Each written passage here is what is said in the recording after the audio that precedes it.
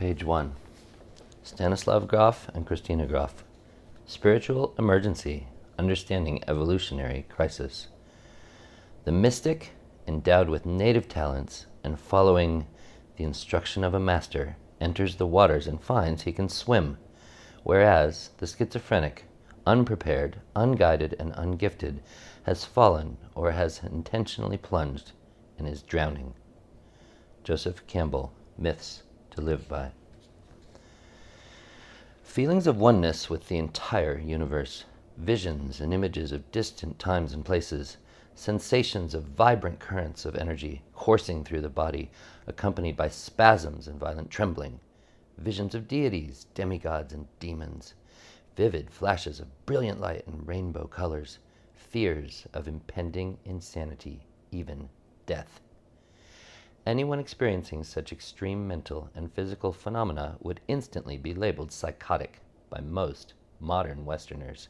Yet, increasing numbers of people seem to be having unusual experiences similar to those described above, and instead of plunging irrevocably into insanity, they often emerge from these extraordinary states of mind with an increased sense of well-being and a higher level of functioning in daily life.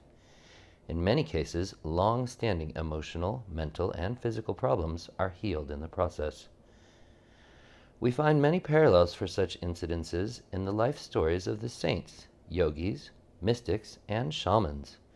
In fact, spiritual literature and traditions the world over validate the healing and transformative power of such extraordinary states for those who undergo them. Why, then, are people who have such experiences in today's world almost invariably dismissed as mentally ill? Although there are many individual exceptions, mainstream psychiatry and psychology in general make no distinction between mysticism and mental illness. These fields do not officially recognize that the great spiritual traditions that have been involved in the systematic study of human consciousness for millennia have anything to offer. Thus, the concepts and practices found in the Buddhist, Hindu, Christian, Sufi, and other mystical traditions are ignored and dismissed indiscriminately. In this essay, we will explore the idea that many episodes of unusual states of mind, even those that are dramatic and reach psychotic proportions, are not necessarily symptoms of disease in the medical sense. We view them as crises of the evolution of consciousness, or spiritual emergencies, comparable to the states described by the various mystical traditions of the world. Before discussing more specifically the concept of spiritual emergency, let us take a closer look at the relationship between psychosis, mental disease, and mysticism, and the historical developments that have resulted in the rejection of classic spiritual and mystical experiences as symptoms of mental illness by modern science and psychiatry. The worldview created by traditional Western science and dominating our culture is, in its most rigorous form, incompatible with any notion of spirituality. In a universe where only the tangible, material, and measurable are real, all forms of religious and mystical activities are seen as reflecting ignorance, superstition, and irrationality or emotional immaturity. Direct experiences of spiritual realities are then interpreted as psychotic manifestations of mental disease. Our personal experiences and observations during years of involvement in various forms of deep experiential psychotherapy have led us to believe that it is important to take a fresh look at this situation in psychiatry and in our worldview in general, and re-evaluate it in light of both historical and recent evidence. A radical revision of thinking about mysticism and psychosis is long overdue. A clear differentiation between these two phenomena has far-reaching practical consequences for those people who have experiences of non-ordinary states of consciousness, particularly those with a spiritual emphasis. It is important to recognize spiritual emergencies and treat them appropriately because of their great positive potential for personal growth and healing, which would ordinarily be suppressed by an insensitive approach and indiscriminate routine medication. The group of mental disorders known as psychoses represents a great challenge and enigma for Western psychiatry and psychology. These conditions are characterized by a deep disruption of the ability to perceive the world in normal terms, to think and respond emotionally in a way that is culturally and socially acceptable, and to behave and communicate appropriately. For some of the disorders in the category of psychosis, modern science has found underlying anatomical, physiological, or biochemical changes in the brain or in other parts of the organism. This subgroup is referred to as organic psychoses and belongs unquestionably in the domain of medicine. However, for many other psychotic states, no medical explanation has been found in spite of the focused efforts of generations of researchers from various fields. In spite of the general lack of results in the search for specific medical causes, these so-called functional psychoses are usually put into the category of mental diseases whose cause is unknown. It is this subgroup of psychoses that interests us here. In view of the absence of a clear consensus regarding the causes of functional psychoses, it would be more appropriate and honest to acknowledge our complete ignorance as to their nature and origin and use the term disease only for those conditions for which we can find a specific physical basis. Thus, we can open the door to novel approaches to at least some functional psychoses, yielding new perspectives that differ theoretically and practically from the medical view of disease. Alternatives have already been developed, particularly in the context of so-called depth psychologies. These are various psychological theories and psychotherapeutic strategies inspired by the pioneering work of Sigmund Freud. Although the approaches of depth psychology are discussed and taught in academic circles, the understanding and treatment of functional psychoses in mainstream psychiatry is, for a variety of reasons, dominated by medical thinking. Historically, psychiatry has been able to establish itself firmly as a medical discipline. It has found an organic basis for certain psychotic states and, in some instances, even effective treatments for them. In addition, it has been able to successfully control the symptoms of psychotic states of unknown origin by tranquilizers, antidepressants, sedatives, and hypnotics. It thus might seem logical to extend this trajectory and expect success along the same lines in those disorders for which causes and treatments have not yet been found. There are additional facts that make a persuasive case for the medical or psychiatric perspective. Psychiatry traces psychotic states and behaviors to physical and physiological conditions, where depth psychologies attempt to find the causes of mental problems in events and circumstances of the patient's life, usually occurrences in his or her childhood. And I am going to read that again.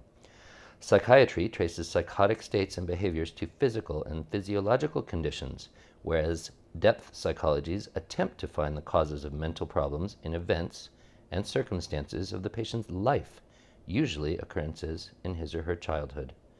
Thus, traditional psychology limits the sources of all contents of the mind to observable aspects of the client's personal history. This is what we call the biographical model of psychosis. Psychotic behaviors and states of mind for which causes in biographical history cannot be found would therefore seem to provide evidence for the medical model. Indeed, there are significant aspects of many psychoses that cannot be accounted for by the psychological method of finding the origins of all mental conditions in the patient's life history. Some of them involve certain extreme emotions and physical sensations that cannot easily be understood in terms of the individual's childhood history or later events. Here belong, for example, visions and experiences of engulfment by the universe, diabolic tortures, disintegration of the personality, or even destruction of the world. Similarly, abysmal guilt feelings, a sense of eternal damnation, or uncontrollable and indiscriminate aggressive impulses in many cases cannot be traced to specific events or conditions in the patient's life. We might then easily assume that such alien elements in the psyche must be due to organic pathological processes directly or indirectly affecting the brain. There are other types of experiences that present problems for the biographical view, not only because of their intensity, but because of their very nature. Experiences of deities and demons, mythical heroes and landscapes, or celestial and infernal regions have no logical place in the world as it is understood by Western science. Therefore, it seems obvious to suggest, as the medical perspective does, that they must be products of some unknown physical process of disease. The mystical nature of many experiences in non-ordinary states of consciousness puts them automatically into the category of pathology, since spirituality is not seen as a legitimate dimension in the exclusively material universe of traditional science. Recent developments in psychology, however, have begun to suggest sources for such extraordinary experiences that lie outside both medical pathology and personal life history. Historically, the first breakthrough in this respect was the work of the Swiss psychiatrist C.G. Jung. Jung vastly expanded the biographical model by introducing the concept of the collective unconscious. Through careful analysis of his own dream life, the dreams of his clients, and the hallucinations, fantasies, and delusions of psychotics, Jung discovered that the human psyche has access to images and motives that are truly universal. They can be found in the mythology, folklore, and art of cultures widely distributed not only across the globe, but also throughout the entire history of humanity. These archetypes, as Jung called them, appear with astonishing regularity even in individuals whose life history and education lack direct exposure to their various cultural and historical manifestations. This observation led him to the conclusion that there is, in addition to the individual unconscious, a racial or collective unconscious that is shared by all mankind. He saw comparative religion and mythology as invaluable sources of information about these collective aspects of the unconscious. In Jung's model, many experiences that do not make sense as derivatives of biographical events, such as visions of deities and demons, can be seen as the emergence of contents from the collective unconscious. Although Jung's theories have been known for many decades, they did not initially have a significant influence outside narrow circles of dedicated followers. His ideas were very much ahead of their time and had to wait for additional impetus to gain momentum. This situation started to change during the 60s, the time of a great renaissance of interest in the further reaches of human consciousness. This era of inner exploration started with clinical experimentation with psychedelic drugs among professionals and personal exposure by a portion of the lay population, which, for a while, came to be known as the counterculture. Exploration continued with an avalanche of experiential techniques of psychotherapy and spiritual practices of all kinds, from Gestalt therapy to transcendental meditation among therapists and laypeople in the 1970s and 1980s. As many began to experience the kinds of images and symbols Jung ascribed to the collective unconscious, as well as episodes of a classical mystical nature, this wave brought strong supportive evidence for Jungian ideas and a powerful validation of the mystical traditions of the world, Eastern as well as Western. During this time, it became obvious to many practitioners involved in these explorations that we needed a new model of the psyche whose important elements would include not only the Freudian biographical dimension, but the Jungian collective unconscious and spirituality as well. When one thinks about the mind in such vastly expanded terms, the contents of the experiences that emerge during various non-ordinary states of consciousness are not seen as random and arbitrary products of impaired brain functioning. Rather, they are manifestations of the deep recesses of the human psyche that are not ordinarily accessible. And the surfacing of this unconscious material can actually be healing and transformative if it occurs under the right circumstances. Various spiritual disciplines and mystical traditions from shamanism to Zen represent rich repositories of invaluable knowledge with regard to these deeper domains of the mind. It has been known for centuries that many dramatic and difficult episodes can occur during spiritual practice, and that the road to enlightenment can be rough and stormy. Thus, the light shed by depth psychology and ancient spiritual legacies provides the basis for a new understanding of some of the psychotic states for which no biological cause can be found. The challenges to modern psychiatry presented by both of these schools of knowledge show us the roots of the idea of spiritual emergency, a concept that we will now examine in greater detail. The promise and peril of spiritual emergency. The Chinese pictogram for crisis perfectly represents the idea of spiritual emergency. It is composed of two basic signs or radicals. One of them means danger, and the other, opportunity. Thus, while passage through this kind of condition is often difficult and frightening, these states have tremendous evolutionary and healing potential. If properly understood and treated as difficult stages in a natural development process, spiritual emergencies can result in spontaneous healing of various emotional and psychosomatic disorders, favorable personality changes, solutions to important problems in life, and evolution toward what some call higher consciousness. Because of both the attendant danger and the positive potential of these crises, people involved in spiritual emergency need expert guidance from those who have personal and professional experience with non-ordinary states of consciousness and know how to work with and support them. In individuals undergoing an evolutionary crisis of this kind, pathological labels and the insensitive use of various repressive measures, including the control of symptoms by medication, can interfere with the positive potential of the process. The ensuing long-term dependence on tranquilizers with their well-known side effects, loss of vitality, and a compromised way of life present a sad contrast to those rare situations where a person's transformation crisis has been supported, validated, and allowed to reach completion. Therefore, the importance of understanding spiritual emergency and of developing comprehensive and effective approaches to its treatment and adequate support systems cannot be overemphasized. The issue of treatment will be more fully addressed in our essay, Assistance in Spiritual Emergency. Triggers of transformational crisis. In some instances, it is possible to identify the situation that seems to have triggered the spiritual emergency. It can be a primarily physical factor such as a disease, accident, or operation. At other times, extreme physical exertion or prolonged lack of sleep may appear to be the immediate trigger. In women, it can be childbirth, miscarriage, or abortion. We have also seen situations where the onset of the process coincided with an exceptionally powerful sexual experience. Occasionally, the beginning of a spiritual emergency can follow a powerful emotional experience. This can be loss of an important relationship, such as the death of a child or another close relative, the end of a love affair, or divorce. Similarly, a series of failures, being fired from a job or property loss, can immediately precede the onset of evolutionary crisis.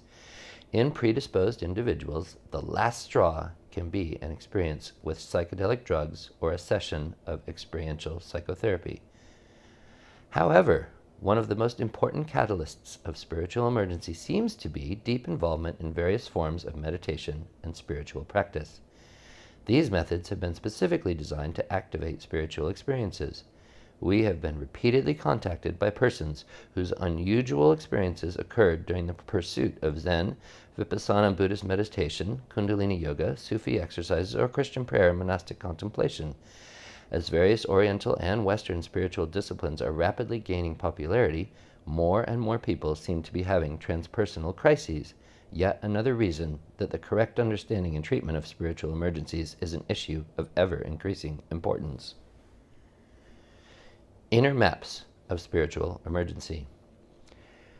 The experiential spectrum of spiritual emergency is extremely rich. It involves intense emotions, visions and other changes of perception, and unusual thought processes, as well as various physical symptoms ranging from tremors to feelings of suffocation. However, we have observed that the content of these experiences seems to fall into three major categories. The first group involves experiences closely related to an individual's life history, known as biographical category. The second category revolves around issues of dying and being reborn. A close relationship to the trauma of biological birth earns this group the name perinatal. The third category is far beyond the limits of ordinary human experience and is closely related to the Jungian collective unconscious. We call these transpersonal experiences because they involve images and motives that seem to have a source outside the individual's personal history. Biographical aspects of spiritual emergencies involve the reliving and healing of traumatic events in one's life history.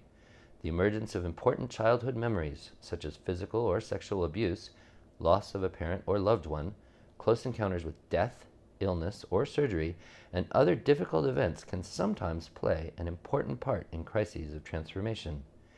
This domain has been thoroughly explored and mapped by biographically oriented therapists, and thus requires no further discussion in these pages. The next level of experiences in spiritual emergency is the perinatal, from the Greek peri meaning around, and the Latin natal meaning pertaining to birth. This aspect of spiritual emergency centers around themes of dying and being reborn, unfolding in a pattern bearing such a close relationship to the stages of biological birth that it seems to involve a reliving of the memory of one's own delivery. Because most of us do not consciously remember our own births, we have difficulty believing that the experience of being born has any formative impact on the human being. Recent evidence, however, suggests otherwise. The burgeoning perinatal movement in psychology, finding its origins in the theories of Freud's disciple Otto Rank and gaining impetus from the research of David Chamberlain and others, asserts convincingly that the buried memory of birth trauma has a profound effect on the psyche and can resurface later in life. Reliving the memory of birth often results in preoccupation with death and death-related imagery, reflecting both that birth is a difficult and life-threatening event and that it is in itself the death of the prenatal period of existence, the only kind of life the fetus has yet experienced. People reliving the birth trauma feel that their lives are biologically threatened. This alternates or coincides with experiences of struggling to be born or freeing oneself from some very uncomfortable forms of confinement.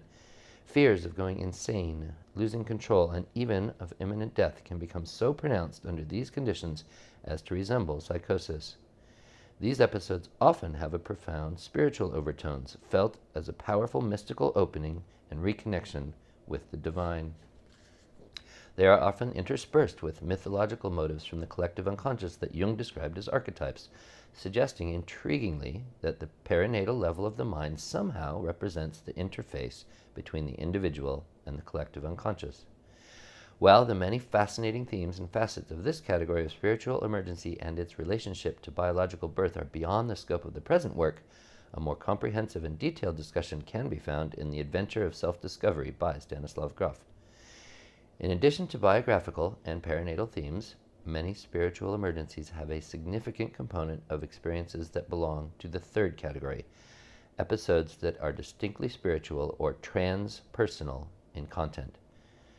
The word transpersonal refers to transcendence of the ordinary boundaries of personality and includes many experiences that have been called spiritual, mystical, religious, occult, magical, or paranormal. Since these terms are associated with many popular misconceptions, a proper understanding of the transpersonal realm is extremely important for correct evaluation of the problems related to spiritual emergencies.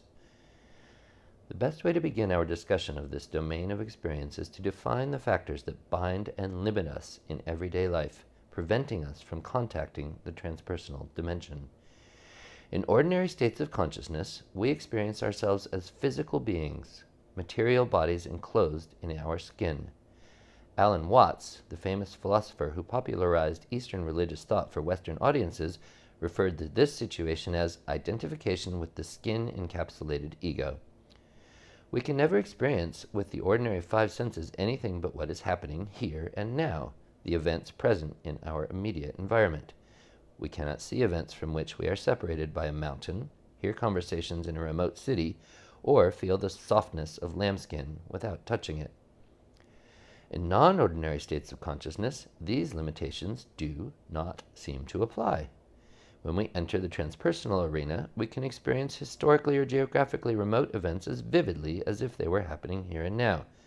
We can participate in sequences that involve our ancestors, animal predecessors, or even people in other centuries and other cultures who have no ancestral relationship to us.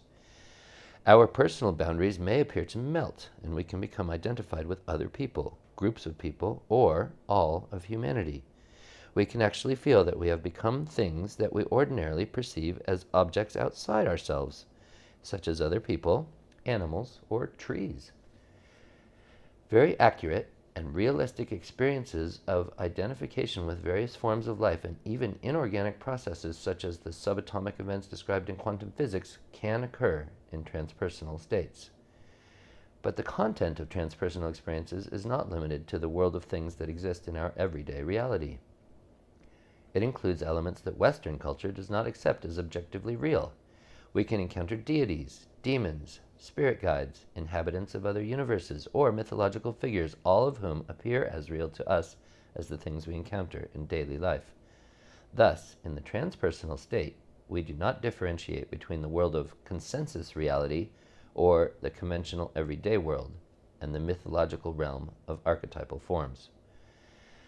The above discussion might appear absurd to a skeptical reader educated in the tradition of Western science. Why are such experiences important, and how are they relevant to the problem of spiritual emergency? The fact that transpersonal phenomena seem real and convincing does not mean that they should be taken seriously. Our brains have a fantastic capacity to store with photographic detail all that we have heard, read, or seen in books and movies and on television. Why should it not be possible that we simply concoct from this incredibly rich material countless imaginary sequences without deeper meaning and relevance? Is it not a waste of time to give so much attention to these phenomena? This point of view, however logical it might seem, does not withstand the test of existing evidence. Researchers who have seriously studied transpersonal experiences have come to the conclusion that they are remarkable phenomena that challenge the very basis of the traditional Western worldview. Transpersonal experiences cannot be explained as products of neurophysiological processes within the traditional scientific framework, which holds that consciousness resides solely in the organ within our skulls.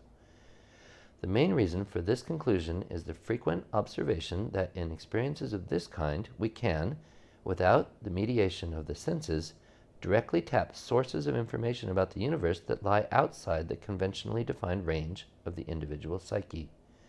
Experiences involving our ancestors and events from the history of our race, episodes from lives in other cultures, and sequences that have the quality of memories from other lifetimes often involve quite specific and accurate details about the costumes, weapons, rituals, and architecture of social structures and historical periods to which we have never personally been exposed. The experiences of identification with various animals or our animal ancestors can result in extraordinary insights concerning animal psychology, instincts, habits, and courtship. Fascinating new information can often emerge from experiences involving plants or inorganic processes. Such information is typically far beyond the level of knowledge of the person receiving it.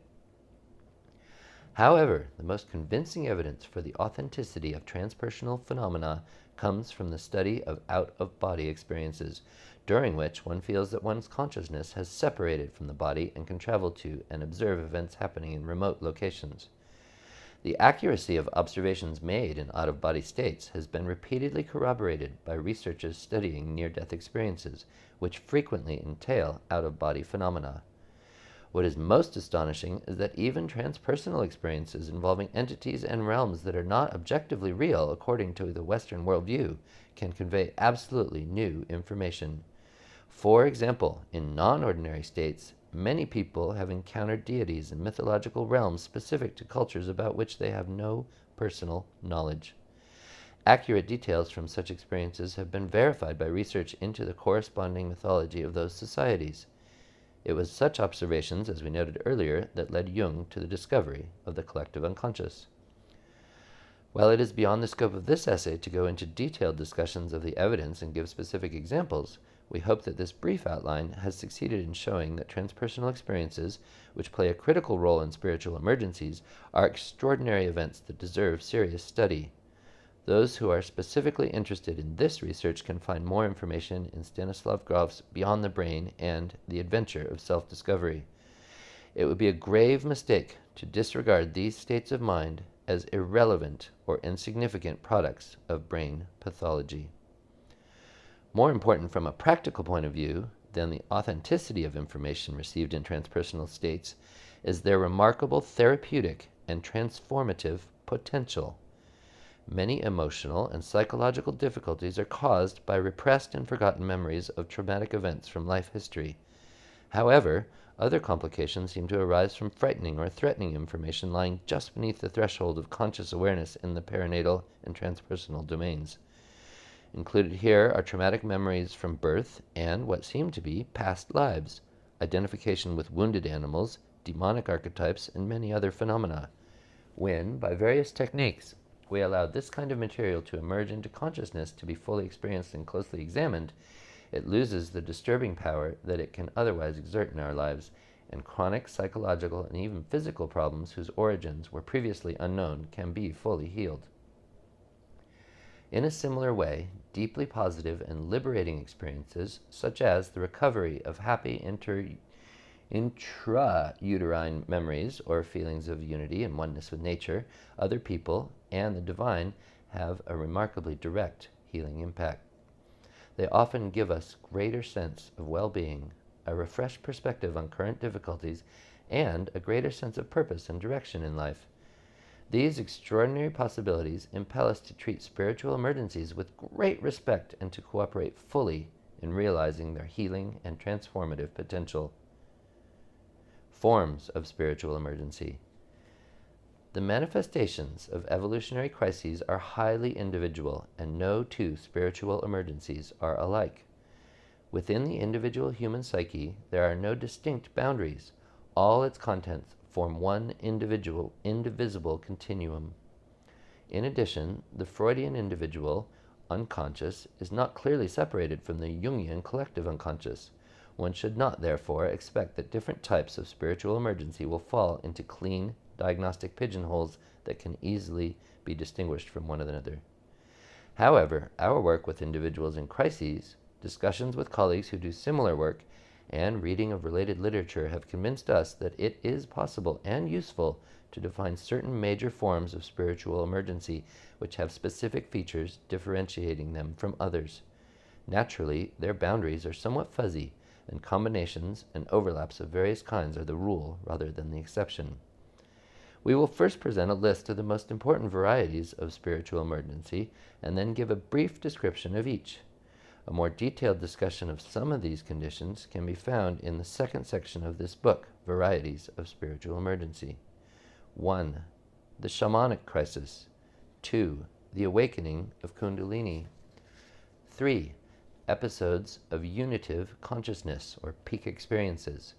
4. Psychological renewal through return to the center. 5. The crisis of psychic opening. 6. Past life experiences. 7. Communications with spirit guides and channeling. 8. Near-death experiences. 9. Experiences of close encounters with UFOs. 10.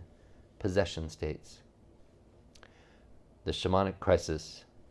Shamanism is humanity's most ancient religion and healing art.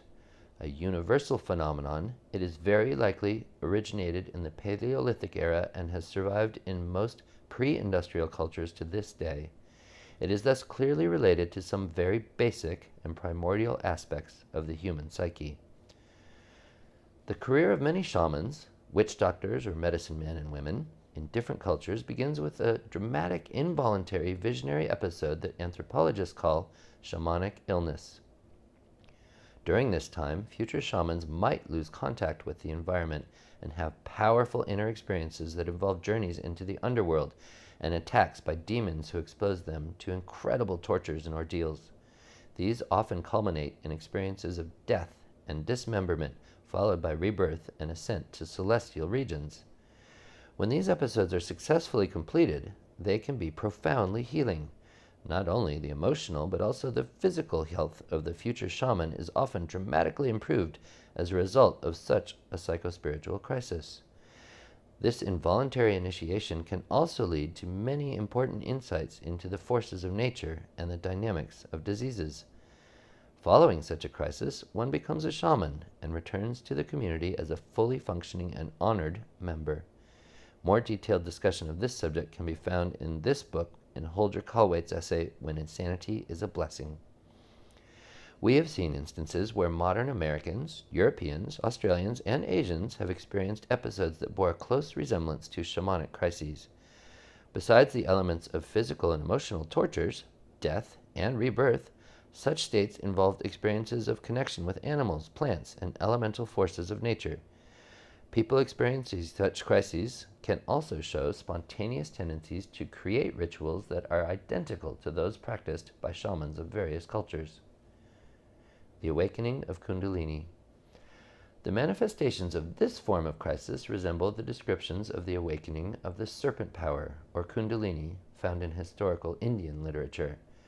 According to the yogis, Kundalini is a form of cosmic creative energy that resides in a latent form at the base of the human spine.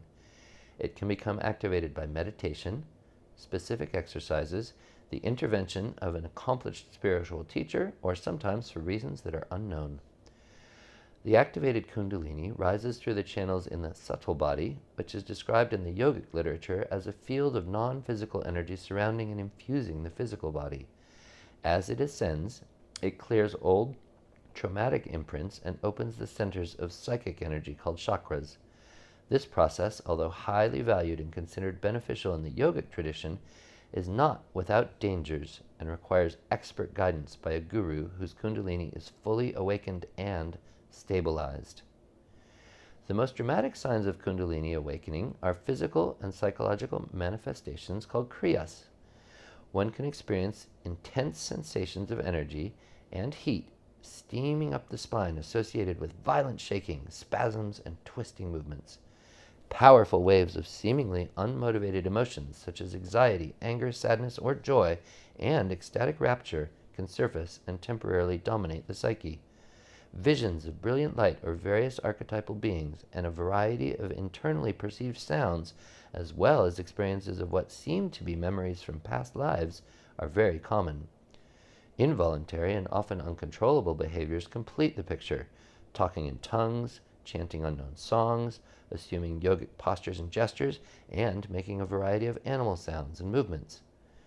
Recently, unmistakable signs of this process have been observed in thousands of Westerners. California psychiatrist and eye doctor Lee Sanella, who first brought the Kundalini syndrome to the attention of Western audiences, single-handedly collected nearly 1,000 such cases. He discusses his experiences in his contribution to this book entitled Kundalini, Classical and Clinical. Episodes of unitive consciousness, or peak experiences.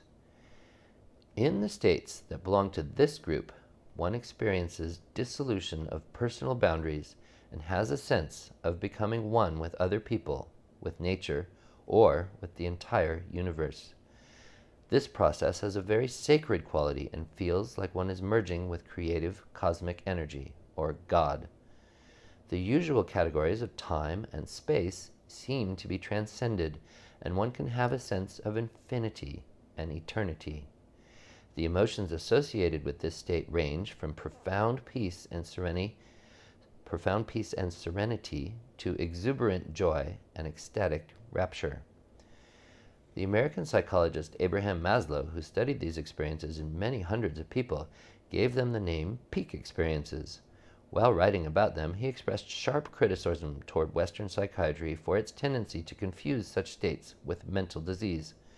According to Maslow, they should be considered supernormal rather than abnormal phenomena. If they are not interfered with or discouraged, they typically lead to better functioning in the world and to self-actualization, a capacity to express one's potential more fully. Because of the vast available literature on unitive experiences, we have not included an essay on this subject in the present work. We highly recommend Maslow's work for further study. Psychological renewal through return to the center. Another important type of transpersonal crisis has been described by the California psychiatrist and Jungian analyst John Weir Perry, who called it the renewal process. For a superficial observer, the experiences of the people involved in a renewal process are so strange and extravagant that it might seem logical to attribute them to some serious disease process affecting the functioning of the brain. The psyche of people in this kind of crisis appears to be a colossal battlefield where a cosmic combat is being played out between the forces of good and evil, or light and darkness.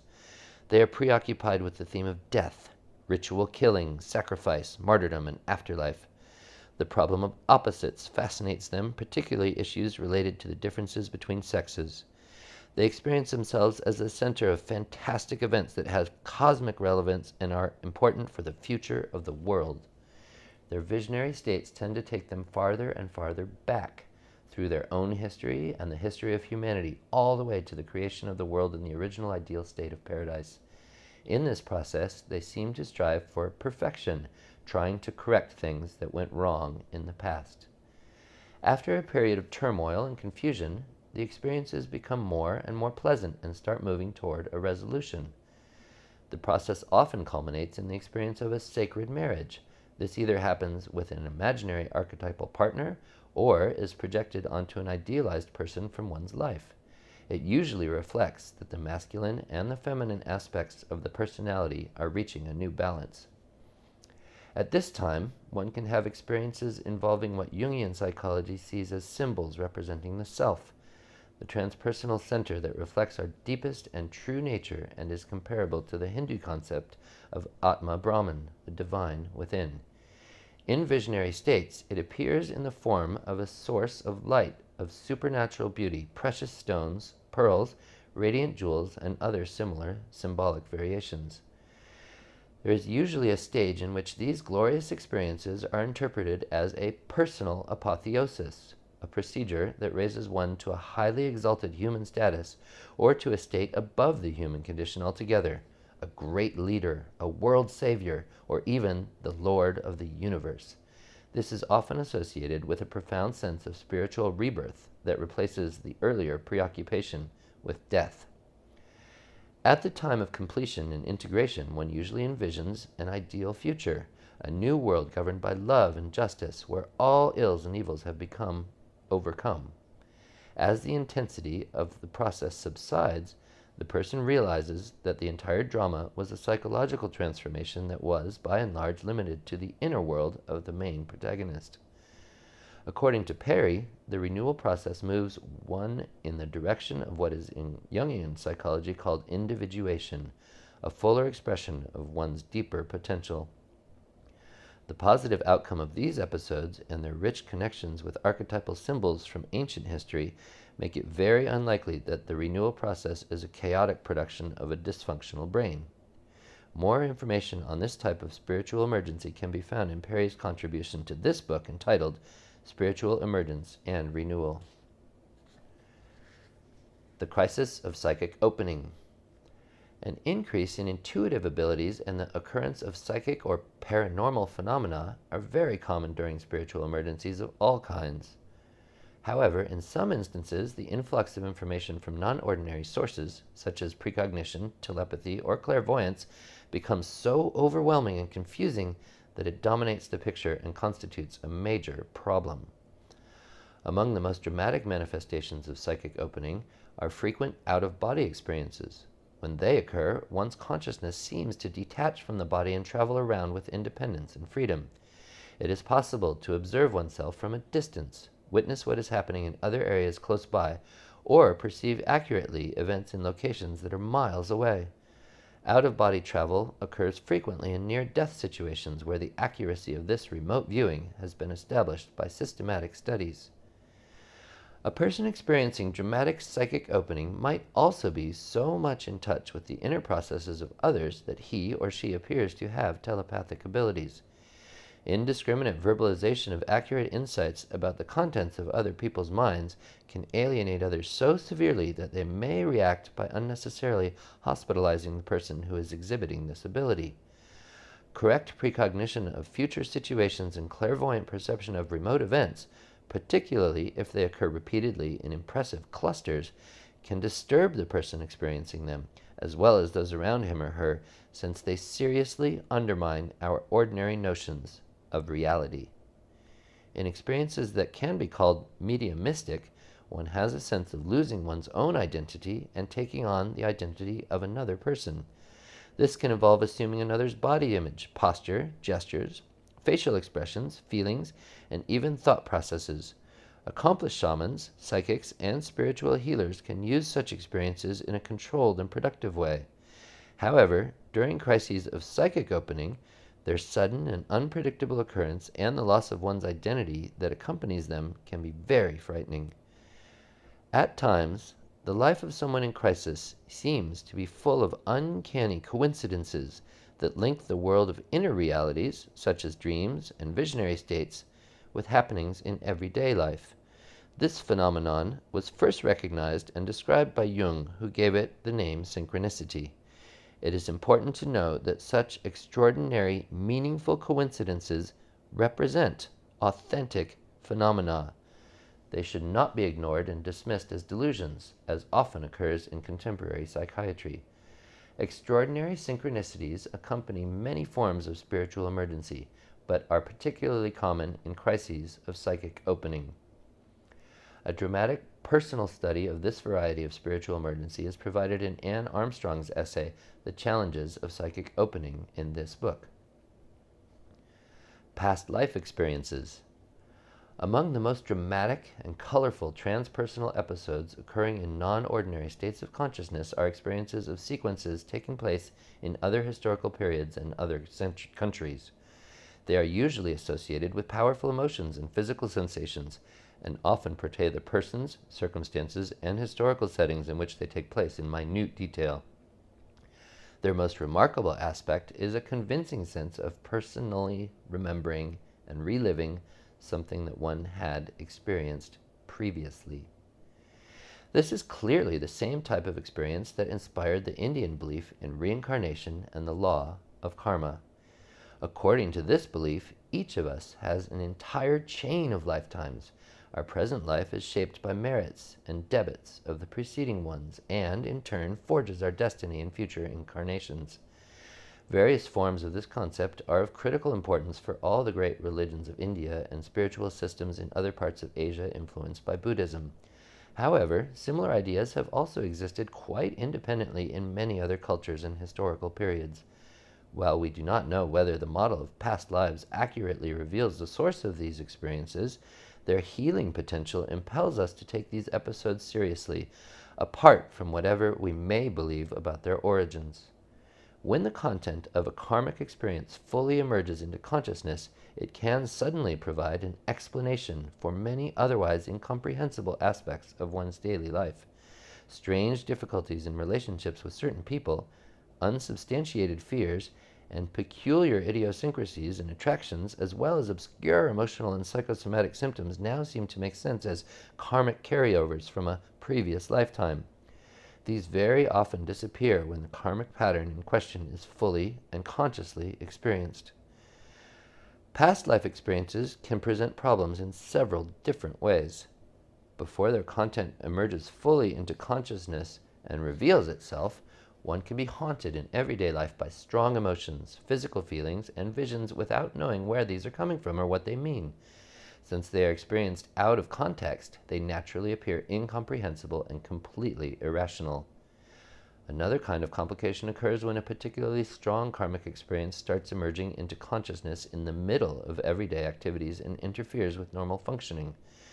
One might feel compelled to act out some of the elements of the karmic pattern before it is fully experienced and understood or completed. For instance, persons in one's present life often seem to have played an important role in previous incarnations in the emerging past life experience. Thus, one may seek confrontations with one's family or friends based on what one experiences as interactions with them in a past life. This kind of activity can create serious and long-lasting difficulties and complications in one's relationships with other people who have no basis for understanding this behavior. And even after the past life experience is completed and its content and implications are fully known, there might remain one more challenge. One has to reconcile one's experience with the traditional beliefs and values of Western civilization, which has no explanation for this kind of phenomenon. This might be an easy task for someone who does not have a strong commitment to the conventional worldview. The experiences are so convincing that one simply accepts their message and might even feel pleasantly excited about it. However, those with much investment in rationality and the traditional scientific perspective can be catapulted into a long period of confusion when confronted with disquieting but highly convincing personal experiences that seem to invalidate their belief system. Because of the wealth of literature on past life experiences, we have chosen not to include an essay on this subject in the present volume.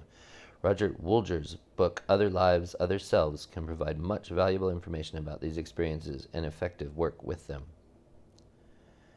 Communications with spirit guides and channeling. Occasionally, one can encounter in a transpersonal experience a being who seems to show interest in a personal relationship and assumes the position of a teacher, guide, protector, or simply a convenient source of information. Such beings are usually perceived as discarnate humans, suprahuman entities, or deities existing on higher planes of consciousness and endowed with extraordinary wisdom. Sometimes they take on the form of a person. At other times they appear as radiant sources of light, or simply let their presence be sensed. Their messages are usually received in the form of direct thought transfer or through other extrasensory means. Occasionally, communication can take the form of verbal messages. A particularly interesting phenomenon in this category is channeling, which has in recent years received unusual attention from the public and mass media.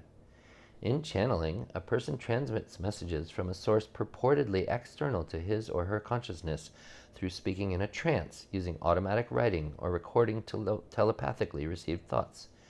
Channeling has played an important role in the history of humanity.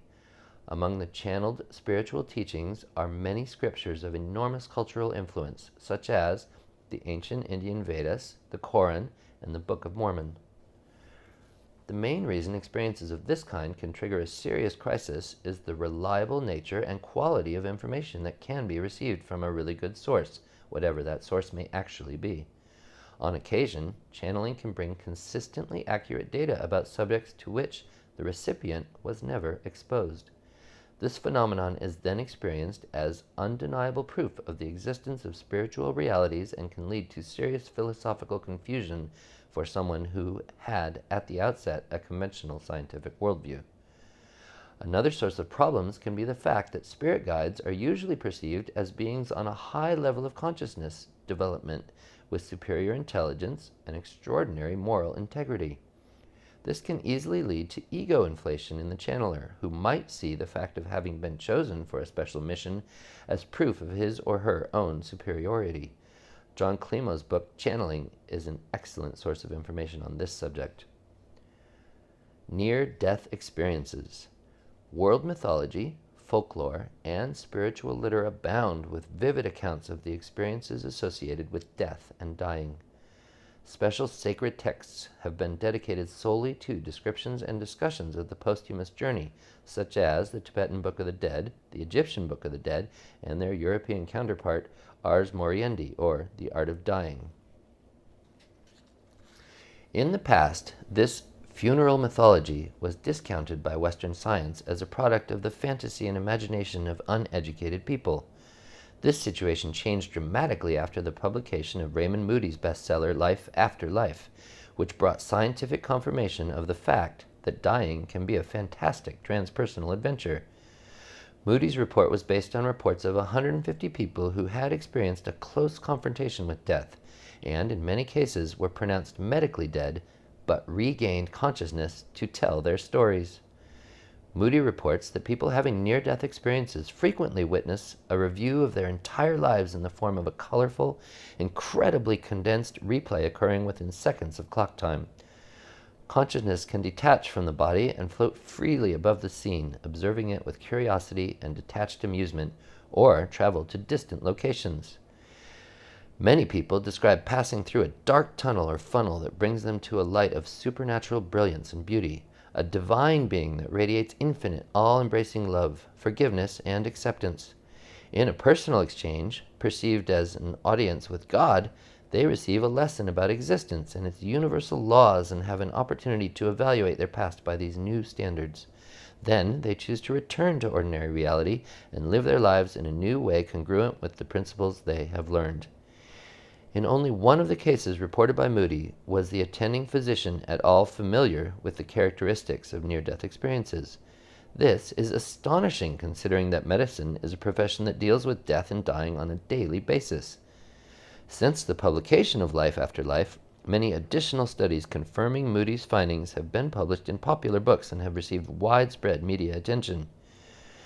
Near-death experiences frequently lead to spiritual emergencies because they fundamentally challenge the beliefs about reality held by many people who undergo them.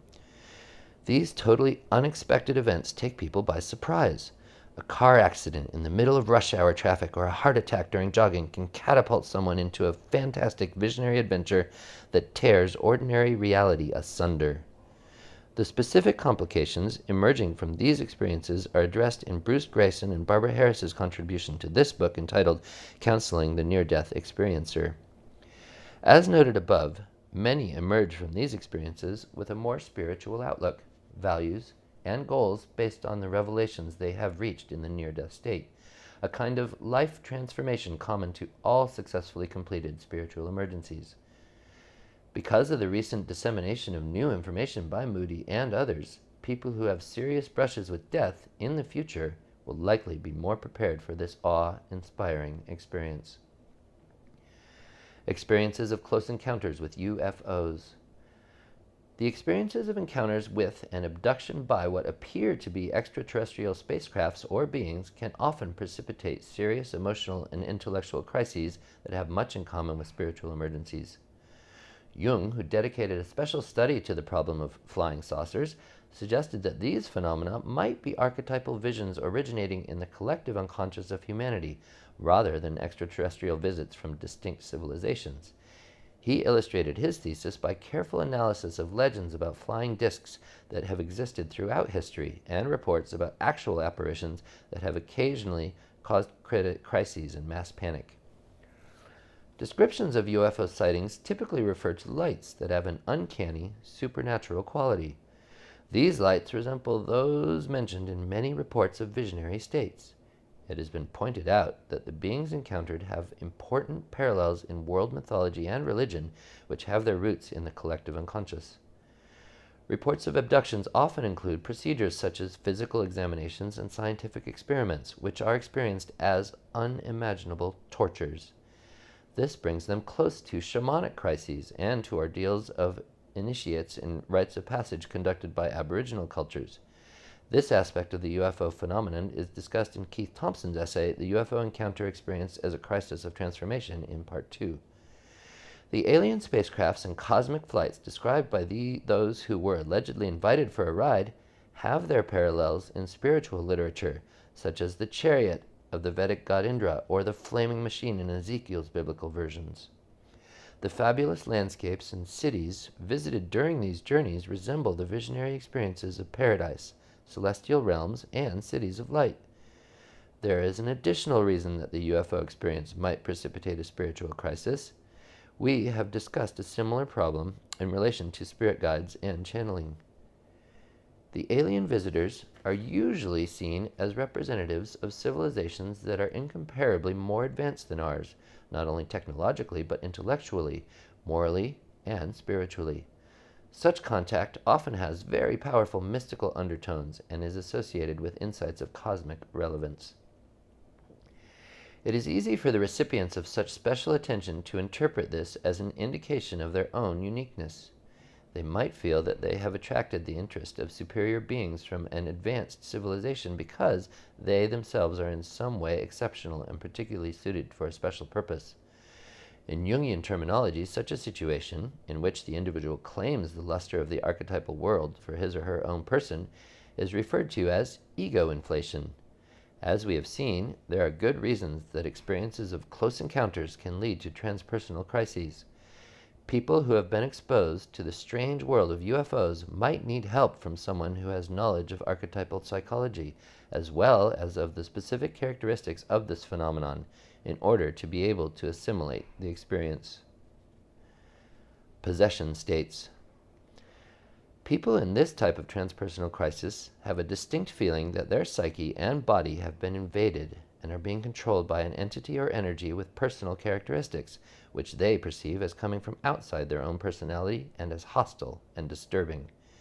It can appear to be a confused, discarnate entity, a demonic being, or an evil person invading them by means of black magic and hexing procedures.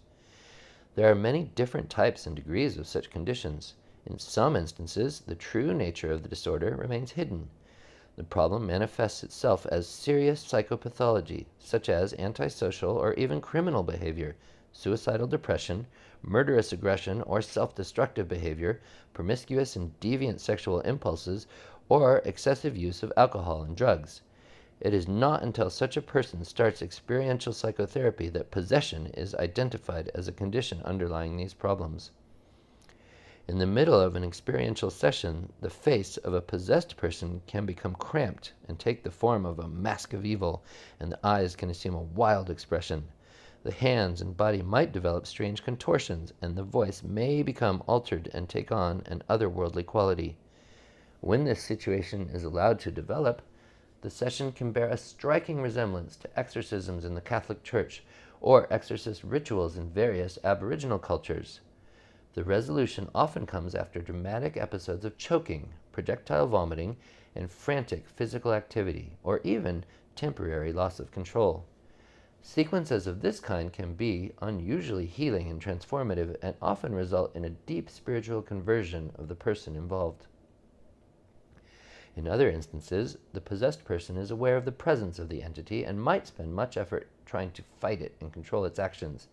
In the extreme version, this problem can quite spontaneously occur in the middle of everyday life in the form described earlier for experiential sessions. Under such circumstances, one can feel extremely frightened and desperately alone. Relatives, friends, and often therapists tend to withdraw because they respond with a strange mixture of metaphysical fear and moral rejection of the possessed individual. They often label the person as evil and refuse further contact. This condition clearly belongs in the category of spiritual emergency, in spite of the fact that it is associated with many objectionable forms of behavior and involves negative energies. The demonic archetype is by its very nature transpersonal, since it represents the negative mirror image of the divine. It also often appears to be a gateway phenomenon, comparable to the terrifying guardians of the Oriental temples, since it hides access to a profound spiritual experience, which often follows after a possession state has been successfully resolved. With the help of somebody who is not afraid of its uncanny nature and is able to encourage its full conscious manifestation, its energy can become dissipated and remarkable healing occurs. The works of Wilson Van Dusen provide good further information on possession states perceived as an invasion of evil spirits. As we have seen, spiritual emergency takes many forms. Our attempts at understanding and classifying transformational crises represent the cutting edge of an endeavor that is still in its infancy. Our efforts are therefore preliminary and tentative. We hope, nonetheless, that our undertakings will be of help to those in spiritual crisis and will inspire further research in these directions. As is the case with incidents of those phenomena we call possession, channeling, UFO encounters, and past life memories, many of these experiences challenge the Western scientific worldview so fundamentally that we can only speculate about their actual sources. We have observed in countless cases that these conditions do not necessarily precipitate a plunge into insanity. When we treat such crises with respect and support, they can result in remarkable healing, a more positive and spiritual outlook, and a higher level of functioning in everyday life.